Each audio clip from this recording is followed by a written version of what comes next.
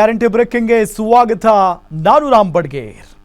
ದರ್ಶನ್ಗೆ ಮೆತ್ತನೆಯ ಹಾಸಿಗೆ ದಿಂಬು ಬೇಕಾಗಿತ್ತು, ಹಾಗಾಗಿ ಅರ್ಜಿಯನ್ನು ಕೂಡ ಸಲ್ಲಿಸಿದ್ರು ಕೋರ್ಟ್ಗೆ.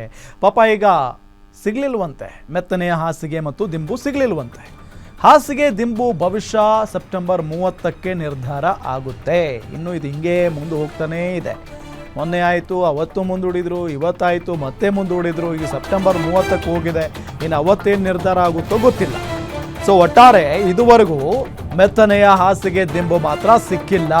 ದರ್ಶನ್ಗೆ ಪಾಪ ಬೆನ್ನು ನೋವಿದೆ, ಸೊ ಮಲ್ಗೋಕ್ಕಾಗ್ತಾ ಇಲ್ವಂತೆ, ಭಾಳ ಕಷ್ಟ ಆಗ್ತಾ ಇದೆಯಂತೆ. ಹಾಗಾಗಿನೇ ಸ್ವಲ್ಪ ಮೆತ್ತಗೆ ಇರುವಂಥ ಬೆಡ್ ಆಗಿರ್ಬೋದು, ಬೆಡ್ಶೀಟ್ ಆಗಿರ್ಬೋದು, ತಲೆದಿಂಬು ಆಗಿರ್ಬೋದು, ಅದನ್ನು ಕೊಟ್ಟರೆ ಒಳ್ಳೆಯದಾಗುತ್ತೆ ಅನ್ನೋ ನಿಟ್ಟಿನಲ್ಲಿ ಮನವಿಯನ್ನು ಸಲ್ಲಿಸಿದ್ರು. ಆದರೆ ಅದು ಸಾಧ್ಯ ಆಗ್ತಾ ಇಲ್ಲ. ವಾಕ್ ಮಾಡೋದಕ್ಕೂ ಕೂಡ ಕಡಿಮೆ ಸ್ಥಳ ಬಿಟ್ಟಿದ್ದಾರೆ. ಹಾಸಿಗೆ, ಬೆಡ್ಶೀಟು, ದಿಂಬು ಏನೇನೂ ಕೊಟ್ಟಿಲ್ಲ.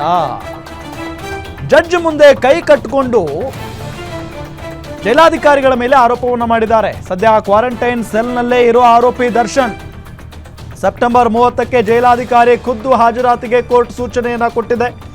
ಜೈಲು ಸೂಪರಿಂಟೆಂಡೆಂಟ್ ಖುದ್ದು ಹಾಜರಾಗುವಂತೆ ಸೂಚನೆಯನ್ನ ಕೊಟ್ಟಿರೋದು. ಜಡ್ಜ್ ಮುಂದೆ ಬಿಕ್ಕಿ ಬಿಕ್ಕಿ ಹತ್ತಿದ್ದಾರೆ ಪವಿತ್ರ ಗೌಡ.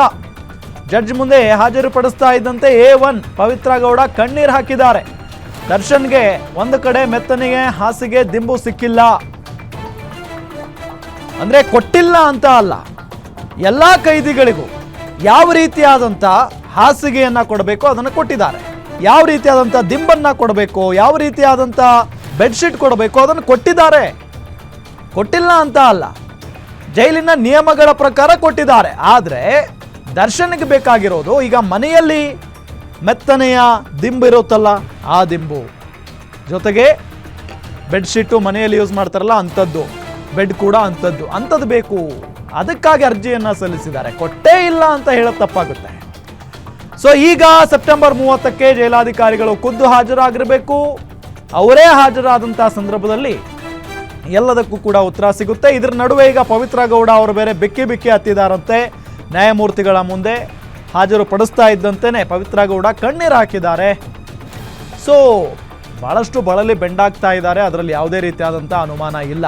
ರೇಣುಕಾಸ್ವಾಮಿ ಕೊಲೆ ಪ್ರಕರಣ ಯಾವತ್ತು ಬಯಲಾಯಿತೋ ಅವತ್ತಿನಿಂದಲೂ ಕೂಡ ಕಂಟಕ ಶುರುವಾಗ್ಬಿಟ್ಟಿದೆ ದರ್ಶನ್ ಆ್ಯಂಡ್ ಗ್ಯಾಂಗ್ಗೆ. ಒಂದು ಲೆಕ್ಕದಲ್ಲಿ ಹೈಕೋರ್ಟ್ ಬೇಲ್ ಏನು ಮಂಜೂರು ಮಾಡಿತ್ತಲ್ಲ, ಬೇಲ್ ಕೊಟ್ಟಿತ್ತಲ್ಲ, ಸಾಕಪ್ಪ, ಇನ್ನು ಮೇಲೆ ಎಲ್ಲೂ ಹೋಗೋದು ಬೇಡ, ಏನೂ ಮಾಡೋದು ಬೇಡ, ಆರಾಮಾಗಿ ಕುಟುಂಬದ ಜೊತೆಗಿದ್ದು ಬಿಡೋಣ ಅನ್ನೋ ನಿಟ್ಟಿನಲ್ಲಿ ಡಿಸೈಡ್ ಮಾಡ್ದಂಗೆ ಕಾಣಿಸ್ತಾ ಇತ್ತು ದರ್ಶನ್, ಪವಿತ್ರ ಗೌಡ ಕೂಡ. ಅದಾದ ನಂತರ ಏಕಾಏಕಿಯಾಗಿ ಸುಪ್ರೀಂ ಕೋರ್ಟ್ ಹೈಕೋರ್ಟ್ನ ಈ ಒಂದು ಆದೇಶವನ್ನು, ಬೇಲ್ ಆದೇಶವನ್ನು ಪ್ರಶ್ನೆ ಮಾಡ್ತು, ಅಸಮಾಧಾನವನ್ನು ಹೊರಹಾಕ್ತು, ವಾದ ಪ್ರತಿವಾದ ಎಲ್ಲವೂ ಕೂಡ ನಡೆದು ಸುಪ್ರೀಂ ಕೋರ್ಟ್ನಲ್ಲಿ ಫೈನಲಿ ಬೇಲ್ ಕ್ಯಾನ್ಸಲ್ ಆಯಿತು. ಬೇಲ್ ಕ್ಯಾನ್ಸಲ್ ಆಗಿ ಈಗ ಜೈಲಿನಲ್ಲಿದ್ದಾರೆ. ಜೈಲಿನಲ್ಲಿರುವಂಥ ದರ್ಶನ್ ಅವರಿಗೆ ಒಂದು ಕಡೆ ಬೆನ್ನು ನೋವಿದೆ, ಮತ್ತೊಂದು ಕಡೆ ವಾಕಿಂಗ್ ಮಾಡೋದಕ್ಕೂ ಕೂಡ ಆಗ್ತಾ ಇಲ್ಲ. ಕಡಿಮೆ ಸ್ಥಳ ಇದೆ, ವಾಕಿಂಗ್ ಮಾಡೋದಕ್ಕೆ ನನಗೆ ಕಷ್ಟ ಆಗ್ತಾ ಇದೆ, ಒಂದು ತೊಟ್ಟು ವಿಷ ಕೊಟ್ಟುಬಿಡಿ ಅನ್ನೋ ನಿಟ್ಟಿನಲ್ಲಿ ನ್ಯಾಯಮೂರ್ತಿಗಳ ಮುಂದೆ ಈ ಹಿಂದೆ ಮನವಿಯನ್ನು ಮಾಡಿಕೊಂಡಿದ್ರು ದರ್ಶನ್. ಅಂದರೆ ಅಷ್ಟೊಂದು ಬೇಸತ್ತು ಹೋಗ್ಬಿಟ್ಟಿದ್ದಾರೆ ದರ್ಶನ್ ಜೈಲಲ್ಲಿ. ಒಂದು ತೊಟ್ಟು ವಿಷ ಕೊಟ್ಬಿಡಿ ನನಗೆ ಅಂತ ಹೇಳಿ ಕೇಳ್ಕೊಳ್ತಾರೆ ಅಂತ ಅಂದರೆ ಆ ಮನುಷ್ಯನಿಗೆ ಎಷ್ಟು ಕಷ್ಟ ಆಗ್ತಾ ಇರಬೇಡ. ಜಸ್ಟ್ ಇಮ್ಯಾಜಿನ್ ಒಳಗಡೆ. ಅದಾದ ನಂತರ ಅಟ್ಲೀಸ್ಟ್ ನನಗೆ ಮೆತ್ತನೆಯ ಹಾಸಿಗೆ ದಿಂಬು ಕೊಟ್ಟುಬಿಡಿ ಸಾಕು ಅಂತ ಕೇಳ್ಕೊಂಡಿದ್ರೆ, ಸೊ ಅದು ಕೂಡ ವಿಚಾರಣೆ ಮುಂದೆ ಹೋಗ್ತಾನೇ ಇದೆ. ಅದು ಕೂಡ ಒಂದು ತಾರ್ಕಿಕ ಅಂತ್ಯ ಸಿಗ್ತಾ ಇಲ್ಲ ಅದಕ್ಕೆ. ಸೊ ಇವತ್ತು ಕೂಡ ಸಿಗಲಿಲ್ಲ ಮೆತ್ತನೆಯ ಹಾಸಿಗೆ ದಿಂಬು. ಇದರ ನಡುವೆ ಪವಿತ್ರ ಗೌಡ ಅವರನ್ನು ನ್ಯಾಯಮೂರ್ತಿಗಳ ಮುಂದೆ ಹಾಜರುಪಡಿಸ್ತಾರೆ. ಹಾಜರುಪಡಿಸಿದ ತಕ್ಷಣ ನ್ಯಾಯಮೂರ್ತಿಗಳನ್ನು ನೋಡಿದ ತಕ್ಷಣವೇ ಬಿಕ್ಕಿ ಆಳೋದಕ್ಕೆ ಶುರು ಮಾಡಿದ್ರಂತೆ ಪವಿತ್ರ ಗೌಡ ಅವರು.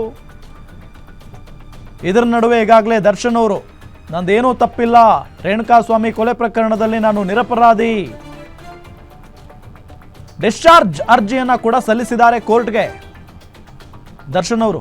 ನಂದೇನೂ ತಪ್ಪಿಲ್ಲ ಈ ಪ್ರಕರಣದಲ್ಲಿ, ನಾನು ನಿರಪರಾಧಿ, ನನ್ನನ್ನು ಈ ಕೇಸ್ನಿಂದ ಕೈ ಬಿಡಿ ಅಂತ ಹೇಳಿ ಡಿಸ್ಚಾರ್ಜ್ ಅರ್ಜಿಯನ್ನು ಕೂಡ ದರ್ಶನ್ ಅವರು ಸಲ್ಲಿಸಿದ್ದಾರೆ. ಸೊ ಈಗಾಗಲೇ ಈ ಪ್ರಕರಣದ ಇಬ್ಬರು ಆರೋಪಿಗಳು ಪ್ರದೋಷ್ ಮತ್ತು ದೀಪಕ್ ಡಿಸ್ಚಾರ್ಜ್ ಅರ್ಜಿಯನ್ನು ಸಲ್ಲಿಸಿದ್ರಂತೆ. ಅದು ಕ್ಯಾನ್ಸಲ್ ಕೂಡ ಆಗಿದೆ. ದರ್ಶನ್ ಅವರು ಯಾವ ಕಾರಣಗಳನ್ನು ಮುಂದಿಟ್ಕೊಂಡು ಡಿಸ್ಚಾರ್ಜ್ ಅರ್ಜಿಯನ್ನು ಸಲ್ಲಿಸಿದ್ದಾರೆ ಗೊತ್ತಿಲ್ಲ. ಅದೇನು ಬೇಕಾದರೂ ಆಗ್ಬೋದು, ಅದು ಬೇರೆ. ಇದರ ನಂತರ ಹಾಸಿಗೆ ದಿಂಬು ವಿಚಾರ ಇದೆಯಲ್ಲ, ಇದಂತೂ ಹಾಗೆ ಕಂಟಿನ್ಯೂ ಆಗಿ ಮುಂದುವರಿತಾನೆ ಇದೆ. ಅದು ವಿಚಾರಣೆಗಳು ಆಗ್ತಾನೆ ಇದ್ದಾವೆ. ಸೊ ಹಂಗಾಗಿ ಇದುವರೆಗೂ ಕೂಡ ಮೆತ್ತನೆಯ ಹಾಸಿಗೆ ದಿಂಬು ಸಿಕ್ಕಿಲ್ಲ. ಸೊ ಅದೇ ಹಾಸಿಗೆಯಲ್ಲಿ ಜೈಲಾಧಿಕಾರಿಗಳು ಏನು ಕೊಟ್ಟಿದ್ದಾರೋ ಜೈಲು ಸಿಬ್ಬಂದಿಗಳು ಅದೇ ಹಾಸಿಗೆಯಲ್ಲಿ ಮಲ್ಕೋಬೇಕು ದರ್ಶನ್ ಅವರು, ಮೆತ್ತನೆಯ ಹಾಸಿಗೆ ದಿಂಬು ಸಿಗೋವರೆಗೂ. ಇದರ ನಡುವೆ ಪವಿತ್ರ ಗೌಡ ಅವ್ರ ವಿಚಾರಕ್ಕೆ ಬರೋದಾದರೆ, ಪವಿತ್ರ ಗೌಡ ಅವರಂತೂ ಭಾಳ ನೊಂದು ಬಿಟ್ಟಿದ್ದಾರಂತೆ ಒಳಗಡೆ. ಸೊ ನನ್ನನ್ನು ಇದರಿಂದ ಹೊರಗಡೆ ಕರ್ಕೊಂಡು ಬನ್ನಿ ಅನ್ನೋ ನಿಟ್ಟಿನಲ್ಲಿ ತಮ್ಮ ಲಾಯರ್ಗಳಿಗೂ ಕೂಡ ಅವರು ಮನವಿ ಮಾಡ್ಕೊಂಡಿದ್ದಾರಂತೆ. ಸೊ ಹಿಂಗೆಲ್ಲ ಆಗ್ತಾ ಇದೆ ರೇಣುಕಾಸ್ವಾಮಿ ಕೊಲೆ ಪ್ರಕರಣದ ಆರೋಪಿಗಳಿಗೆ. ಸೊ ಹಾಸಿಗೆ ದಿಂಬು ಭವಿಷ್ಯ ಸೆಪ್ಟೆಂಬರ್ 30ಕ್ಕೆ ನಿರ್ಧಾರ ಆಗುತ್ತೆ. ಅರ್ಜಿ ವಿಚಾರಣೆಯನ್ನು ಕೋರ್ಟ್ ಮುಂದೂಡಿದೆ. ಈಗ ಕೋರ್ಟ್ನಲ್ಲಿ ಜೈಲಿನ ನರಕ ಹೇಳಿಕೊಂಡಿದ್ದಾರೆ ದರ್ಶನ್ ಅನ್ನೋದು ಗೊತ್ತಾಗ್ತಾ ಇರುವಂಥ ಸಂಗತಿ ನೋಡಿ. ಆದೇಶ ಕೊಟ್ಟಿದ್ರು ನನಗೆ ಏನೂ ಕೊಟ್ಟಿಲ್ಲ, ದರ್ಶನ್ ಅವ್ರು ಹೇಳಿರೋದಿದು. ಆದೇಶ ಇದೆ, ಕೋರ್ಟ್ ಆದೇಶ, ಆದರೆ ನನಗೇನೂ ಕೊಟ್ಟಿಲ್ಲ. ವಾಕ್ ಮಾಡೋದಕ್ಕೂ ಕಡಿಮೆ ಸ್ಥಳ ಬಿಟ್ಟಿದ್ದಾರೆ, ಹಾಸಿಗೆ ಬೆಡ್ಶೀಟ್ ದಿಂಬು ಏನೂ ಕೊಟ್ಟಿಲ್ಲ ಅಂತ ಹೇಳಿ ಜಡ್ಜ್ ಮುಂದೆ ಕೈ ಕಟ್ಟಿಕೊಂಡು ಜೈಲಾಧಿಕಾರಿಗಳ ಮೇಲೆ ಆರೋಪವನ್ನು ಮಾಡಿದ್ದಾರೆ ದರ್ಶನ್ ಅವರು. ಸದ್ಯ ಕ್ವಾರಂಟೈನ್ ಸೆಲ್ನಲ್ಲೇ ಆರೋಪಿ ದರ್ಶನ್ ಇದ್ದಾರೆ. ಕ್ವಾರಂಟೈನ್ ಸೆಲ್ ಅಂದರೆ ಕಡಿಮೆ ಸ್ಥಳ ಇರುತ್ತೆ ಅಲ್ಲಿ, ಸೊ ಅಲ್ಲೇ ವಾಕ್ ಮಾಡಬೇಕಾಗುತ್ತೆ. ಸೆಪ್ಟೆಂಬರ್ 30ಕ್ಕೆ ಜೈಲಾಧಿಕಾರಿ ಖುದ್ದು ಹಾಜರಾಗಬೇಕು ಅಂತ ಹೇಳಿ ಕೋರ್ಟ್ ಸೂಚನೆಯನ್ನ ಕೊಟ್ಟಿದೆ.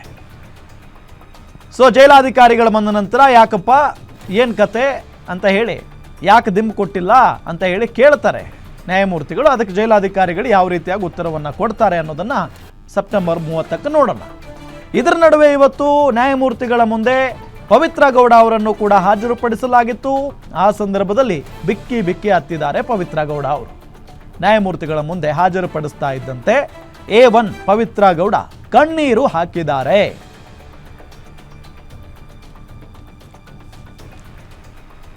ಇದೇ ವಿಚಾರಕ್ಕೆ ಸಂಬಂಧಪಟ್ಟಂತೆ ಡೀಟೇಲ್ಸ್ ಕೊಡ್ತಾರೆ ನಮ್ಮ crime bureau head SK Manjunath ಸಂಪರ್ಕದಲ್ಲಿದ್ದಾರೆ. ಮಂಜುನಾಥ್, ಏನ್ ನಡೀತಾ ಇದೆ ಇವತ್ತು? ಏನಾಯ್ತು ದರ್ಶನ್ ಅವರ ವಿಚಾರಕ್ಕೆ ಸಂಬಂಧಪಟ್ಟಂತೆ, ಪವಿತ್ರ ಗೌಡ ಅವರ ವಿಚಾರಕ್ಕೆ ಸಂಬಂಧಪಟ್ಟಂತೆ?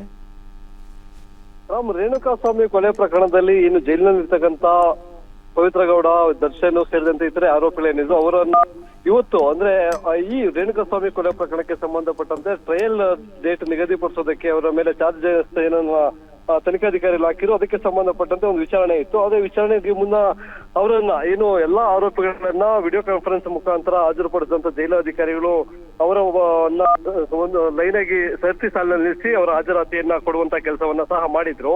ಅದೇ ಸಂದರ್ಭದಲ್ಲಿ ಜಡ್ಜ್ ದರ್ಶನ್ ಅವರಿಗೆ ಒಂದು ಪ್ರಶ್ನೆಯನ್ನ ಕೇಳ್ತಾರೆ. ಅದು ಈ ಹಿಂದೆ ಕೋರ್ಟ್ ಆದೇಶವನ್ನ ಕೊಟ್ಟಿತ್ತು, ತಲೆದಿಂಬು ಹಾಸಿಗೆ ಬೆಡ್ಶೀಟ್ ನೀಡುವ ವಿಚಾರವಾಗಿ ಕೊಟ್ಟಿದ್ದಾರ ಅಂತಕ್ಕಂಥ ಒಂದು ಪ್ರಶ್ನೆಯನ್ನ ಮಾಡಿದ್ರು. ಕೂಡಲೇ ಪ್ರತಿಕ್ರಿಯೆ ನೀಡಿದಂತ ದರ್ಶನ್ ಅವರು ಯಾವುದೇ ರೀತಿಯಾದಂತ ಸೌಲಭ್ಯಗಳನ್ನ ಕೊಟ್ಟಿಲ್ಲ, ನೀವು ಹೇಳದಂತೆ ವಾಕ್ ಮಾಡೋದಕ್ಕೆ ಒಂದು ಅವಕಾಶವನ್ನ ಸಹ ಕೊಟ್ಟಿದ್ರೆ ಅದಕ್ಕೆ ಸ್ಥಳವನ್ನ ನೀಡಿದ್ದಾರೆ. ಅದು 15ರಿಂದ 20 ಅಡಿ ವಿಸ್ತೀರ್ಣದಲ್ಲಿ ಮಾತ್ರ ಇದೆ. ಹಾಗಾಗಿ ನನಗೆ ವಾಕ್ ಮಾಡೋದಕ್ಕೂ ಆಗ್ತಾ ಇಲ್ಲ, ಅಲ್ಲಿ ಸರಿಯಾಗಿ ಬಿಸಿಲು ಸಹ ಇಲ್ಲ ಅಂತಕ್ಕಂಥ ಒಂದು ಉತ್ತರವನ್ನ ನ್ಯಾಯಾಧೀಶರಿಗೆ ದರ್ಶನ್ ಅವರು ನೀಡಿದ್ರು. ಬಳಿಕ ಏನು ಇದೇ ಪ್ರಕರಣಕ್ಕೆ ಸಂಬಂಧಪಟ್ಟಂತೆ ಆಗ್ಲೇ ಏನು ಈ ಪ್ರಕರಣದಲ್ಲಿ 12ನೇ ಆರೋಪಿಯಾದಂತ ಲಕ್ಷ್ಮಣ್ ಅವರು ಡಿಸ್ಚಾರ್ಜ್ ಅರ್ಜಿಯನ್ನು ಹಾಕೊಂಡಿದ್ದಾರೆ. ನಾನು ಈ ಪ್ರಕರಣದಲ್ಲಿ ನಿರಪರಾಧಿ, ನನ್ನನ್ನ ಈ ಪ್ರಕರಣದಿಂದ ಕೈ ಬಿಡ್ಬೇಕು ಅಂತಕ್ಕಂಥ ಒಂದು ಡಿಸ್ಚಾರ್ಜ್ ಅಪ್ಲಿಕೇಶನ್ ಅನ್ನ ಹಾಕೊಂಡಿದ್ರು. ಇನ್ನುಳಿದಂತೆ ಟ್ರಯಲ್ ಡೇಟ್ ಅನ್ನ ಏನಿವತ್ತು ಎಲ್ಲರೂ ಸಹ ಹಾಜರಾಗಿದ್ರು ಸಹ ಡಿಸ್ಚಾರ್ಜ್ ಅಪ್ಲಿಕೇಶನ್ ಹಾಕಿರ್ತಕ್ಕಂಥ ಹಿನ್ನೆಲೆಯಲ್ಲಿ ಈ ಪ್ರಕರಣದ ವಿಚಾರಣೆ ಇತ್ಯರ್ಥ ಆಗೋವರೆಗೂ ಇವರ ಟ್ರಯಲ್ ಡೇಟ್ ಅನ್ನ ನಿಗದಿಪಡಿಸೋದಕ್ಕೆ ಸಾಧ್ಯ ಆಗೋದಿಲ್ಲ ಅನ್ನೋ ಕಾರಣಕ್ಕಾಗಿ ಮುಂದಿನ ವಿಚಾರಣೆಯನ್ನ ಅಕ್ಟೋಬರ್ 1ನೇ ತಾರೀಕಿಗೆ ನಿಗದಿಪಡಿಸಿ ಆದೇಶವನ್ನ ಮುಂದೂಡಲಾಗಿದೆ, ವಿಚಾರಣೆಯನ್ನ ಮುಂದೂಡಲಾಗಿದೆ. ಉಳಿದಂತೆ ಈ ಡಿಸ್ಚಾರ್ಜ್ ಅರ್ಜಿ ಅಪ್ಲಿಕೇಶನ್ ಏನಿದೆ ಜೊತೆಗೆ ತಲೆದಿಂಬು ವಿಚಾರ ಏನಿದೆ ಅದು ಇದೇ ತಿಂಗಳ ಅಂದ್ರೆ ಸೆಪ್ಟೆಂಬರ್ 30ನೇ ತಾರೀಕು ಖುದ್ದು ಜೈಲಾಧಿಕಾರಿಗಳು ಅಂದ್ರೆ ಜೈಲ್ ಸೂಪರಿಂಟೆಂಡೆಂಟ್ ಅವರು ನ್ಯಾಯಾಲಯಕ್ಕೆ ಹಾಜರಾಗಬೇಕು ಅಂತಕ್ಕಂಥ ಒಂದು ಸೂಚನೆಯನ್ನ ಸಹ ಕೊಟ್ಟಿರ್ತಕ್ಕಂಥದ್ದು. ಇಲ್ಲಿ ಮೊದಲಿಗೆ ನಾವು ಏನು ನ್ಯಾಯಾಧೀಶರ ಮುಂದೆ ಹಾಜರುಪಡಿಸಿದಂತ ಸಂದರ್ಭದಲ್ಲಿ ಅವರ ಪರ ವಕೀಲರು ಆದಂತ ಸುನಿಲ್ ಅವರು ವಾದವನ್ನ ಮಂಡಿಸಿದ್ರು. ಕೋರ್ಟ್ ಆದೇಶ ಇದೆ, ಪದೇ ಪದೇ ನಾವು ಹೋಗಿ ಕೋರ್ಟ್ ನಲ್ಲಿ ಮನವಿಯನ್ನ ಜೈಲಿನಲ್ಲಿ ಮನವಿಯನ್ನ ಮಾಡ್ತಾ ಇದ್ದೇವೆ, ಕೋರ್ಟ್ ಆದೇಶ ಇದೆ, ಅವರಿಗೆ ಹಾಸಿಗೆ ತಲೆದಿಂಬು ಸೇರಿದಂತ ಕನಿಷ್ಠ ಸೌಲಭ್ಯಗಳನ್ನ ನೀಡೋದ್ರ ಬಗ್ಗೆ. ಆದ್ರೆ ಜೈಲಾಧಿಕಾರಿಗಳು ಅದ್ಯಾವುದನ್ನು ಪರಿಗಣಿಸ್ತಾ ಇಲ್ಲ, ತುಂಬಾ ಕ್ಯಾಶುಯಲ್ ಆಗಿ ದರ್ಶನ್ ಅವರ ವಿಚಾರವನ್ನ ತೆಗೆದುಕೊಂಡಿದ್ದಾರೆ ಅಂತಕ್ಕಂತ ಒಂದು ವಾದವನ್ನ ಮಂಡಿಸಿದ್ರು. ಅದರ ಬಗ್ಗೆ ಒಂದು ವರದಿ ನೀಡೋದಕ್ಕೆ ಜೊತೆಗೆ ಜೈಲಾಧಿಕಾರಿಗಳು ಖುದ್ದು ಕೋರ್ಟ್ಗೆ ಹಾಜರಾಗಬೇಕು ಅಂತಕ್ಕಂಥ ಒಂದು ಸೂಚನೆಯನ್ನ ಸಹ ಕೊಟ್ಟಿದ್ದಾರೆ. ಇನ್ನುಳಿದಂತೆ ಈಗಲೂ ಸಹ ದರ್ಶನ್ ಕ್ವಾರಂಟೈನ್ ಸೆಲ್ ನಲ್ಲೇ ಇದ್ದಾರೆ. ಅವರನ್ನ 15 ದಿನದ ನಂತರ ಅವರನ್ನ ನಾರ್ಮಲ್ ವಾರ್ಡ್ಗೆ ಅಂದ್ರೆ ಸೆಲ್ಗೆ ಶಿಫ್ಟ್ ಮಾಡ್ಬೇಕಾಗತ್ತೆ, ಅದನ್ನು ಸಹ ಮಾಡ್ತಾ ಇಲ್ಲ. ಹೀಗಾಗಿ ದರ್ಶನ್ ಅವರನ್ನ ತುಂಬಾ ಕೀಳಾಗಿ ಅಲ್ಲಿ ನಡೆಸ್ಕೊಳ್ಳಲಾಗ್ತಾ ಇದೆ. ಯಾವುದೇ ಕೋರ್ಟ್ ಆದೇಶ ಕೊಟ್ಟು ಯಾವುದೇ ಸೌಲಭ್ಯಗಳನ್ನು ಸಹ ಕೊಡ್ತಾ ಇಲ್ಲ. ಅವ್ರಿಗೆ ಸ್ಕಿನ್ ಅಲರ್ಜಿ ಆಗಿದೆ ಅಂತಕ್ಕಂತ ಅಂಶಗಳನ್ನು ಸಹ ಕೋರ್ಟ್ ಗಮನಕ್ಕೆ ತೆಗೆದುಕೊಂಡ್ ಬಂದಿದ್ದಾರೆ. ಹಾಗಾಗಿ ಏನು ಈಗ ಮುಂದೆ ಅದೇ ಇದೇ ತಿಂಗಳು 30ನೇ ತಾರೀಕು ಜೈಲು ಅಧಿಕಾರಿಗಳು ಹಾಜರಾಗ್ತಾರೆ. ಆವಾಗ ಇದಕ್ಕೆ ಸಂಬಂಧಪಟ್ಟಂತೆ ಅವರು ಯಾವ ಉತ್ತರವನ್ನ ಸಹ ಕೊಡ್ತಾರೆ, ವರದಿಯನ್ನ ಕೊಡ್ತಾರೆ ಅನ್ನೋದ್ರ ಬಗ್ಗೆ ಚರ್ಚೆ ನಡೆಯುತ್ತೆ. ಮತ್ತೊಂದು ಕಡೆ ಏನು ಈ ಒಂದು ಹಾಸಿಗೆ ವಿಚಾರವಾಗಿ ಸಹ ಒಂದು ಕಡೆ ಜೈಲಾಧಿಕಾರಿಗಳು ಹೇಳ್ತಾ ಇದ್ರೆ ಕೊಟ್ಟಿದ್ದಾರೆ ಅಂತಕ್ಕಂಥದ್ದು ಜೈಲು ಮ್ಯಾನ್ಯುಯಲ್ ಪ್ರಕಾರ ಏನೆಲ್ಲ ಸೌಲಭ್ಯಗಳನ್ನ ಕೊಡಬೇಕು ಅವೆಲ್ಲವನ್ನ ಸಹ ಕೊಟ್ಟಿದ್ದೇವೆ ಅಂತ ಒಂದು ಉತ್ತರವನ್ನ, ಒಂದು ವರದಿಯನ್ನ ಕಳೆದ ಬಾರಿ ನಡೆದಂತ ವಿಚಾರಣೆ ಸಂದರ್ಭದಲ್ಲಿ ನೀಡಿದ್ರು. ಆದ್ರೆ ಇವತ್ತು ಖುದ್ದು ದರ್ಶನ್ ಯಾವುದೇ ಸೌಲಭ್ಯಗಳನ್ನ ಕೊಟ್ಟಿಲ್ಲ. ವಾಕಿಂಗ್ ಮಾಡೋದು ಅಂತ ಜಾಗವೂ ಕಿರಿದಾಗಿದೆ, ನನಗೆ ಬಿಸಿಲು ಬೀಳ್ತಾ ಇಲ್ಲ ಅಂತಕ್ಕಂಥ ಅಂಶಗಳನ್ನ ಉಲ್ಲೇಖ ಮಾಡಿ ಅದಕ್ಕೆ ಸಂಬಂಧಪಟ್ಟಂತೆ 30ನೇ ತಾರೀಕು ಮತ್ತಷ್ಟು ವಿಚಾರಣೆ ನಡೆಯುವಂತ ಸಾಧ್ಯತೆ ಇದೆ.